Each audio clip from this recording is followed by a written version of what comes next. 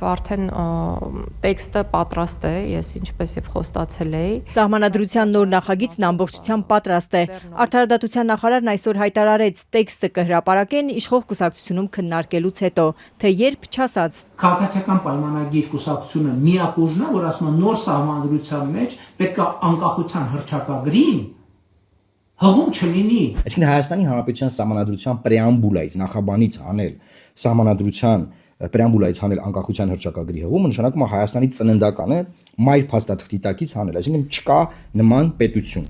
Սահմանադրական բարեփոխումների խորհրդում տեքստի քննարկումը դեռ չի ավարտվել։ Ըստ անդամների կան կարևոր հարցեր, որ դրանց չեն էլ հասել։ Ամենաաղմկոտ մայր օրենքի նախաբանում անկախության հռչակագիրը թողնել-չթողնելու հարցին էլ դեռ չեն հասել, բայց վարչապետը խորհրդի դիրքորոշումից առաջ հայտարարեց, ինքն ու իր կուսակցությունը դեմ են, որ նոր սահմանադրությունում անկախության հռչակագրին հղում լինի։ Ինքը ոչ թե անկախության հռչակագիր է, ինքը կոնֆլիկտի հռչակագիր է։ Հայաստանի ղեկավարը երբ որ ասում է մեր անկախության հռչակագիրը կոնֆլիկտի հռչակագիր է, դրանով նա ըստ էության ցուցմունք է տալիս իր պետականության դեմ,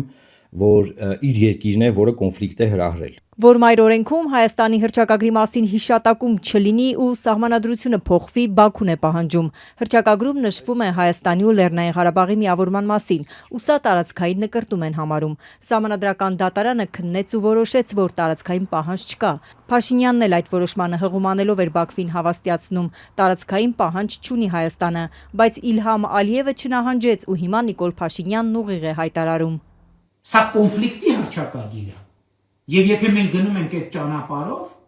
ուրեմն կոնֆլիկտը անխուսափելի է։ Սա ադրբեջանական թեզ է։ Ու թեև պետության բարձր դատարանը որոշումն ընդունել է, Նիկոլ Փաշինյանը շարունակում է սահմանադրությունը մեկնաբանել, որի իրավունքը չունի, շեշտում է ընդդիմադիր գործիչը։ Այսինքն ուրիշ մարմին չկա, դա ոչ Նիկոլ Փաշինյանն է, ոչ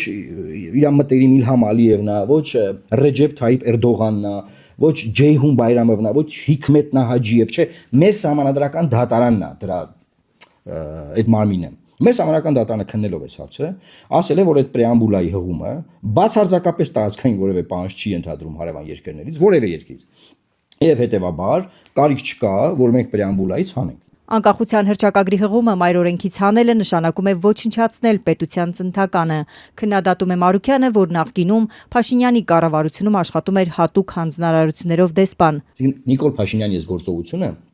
պետք է սրա դեմ պետք է պայքարեն բոլոր անկախական մարդիկ, ովքեր ուզում են որ Հայաստանը լինի անկախ երկիր, ինքնիշխան երկիր։ Նա հիմա գործում է Հայաստանի Հանրապետության անկախության դեմ։ Բաքվի այս պահանջը կատարելը նոր վտանգների սկիզբ է, մեկնաբանում է սահմանադրական բարեփոխումների անդամ Էդմոն Մարուքյանը։ Եթե անկախության հռչակագրի հղումը նախաբանից հանում ես ու հանրաքվեի դնում, նշանակում է ընդունում ես Ադրբեջանի թեզը, որ տարածքային պահանջ ունես, ու Ադրբեջանը դրանից հետո կարող է պատերազմել։ Ինքը երկիրը տանում է մի հատ ազգակործան process-ի, որտեղ նայեք, եթե մենք ընդունում ենք որ սահմանադրությունը տարածքային պահանջ ունի, որը չունի, մեր սահմանադրական դատարանը ասում է չունի, իր ասելով սա կոնֆլիկտի բան է, հռչակագիր է, գնում ենք դա փոխելու, այսինքն գնում ենք հանրաքվեի։ Եվ հանկարծ հանրաքվեին չի անցնում, Ալիևը կարող ասի, տեսակ դուք ընդունեցիք որ տարածքային պահանջ ունեք, բայց դա չեղավ, հետեւաբար դուք այդ տարածքային պահանջը ոչ թե ուներ են ժողովուրդը, որ 95 թվին ընդունեց սահմանադրությունը, եւ հռչակագիրը դրանից առաջ, այլ նաեւ այսօրվա ժողովուրդ ունի տարածքային պահանջ եւ ես կարող եմ ձեր դեմ պատերազմեմ։ Այս մեկ, այսինքն երկիրը փուրն է տալի այս իրակվարած քաղաքականությամբ։ Նիկոլ Փաշինյանը անկախության հռչակագիրը պատերազմի վտանգ համարելով հայտարարեց,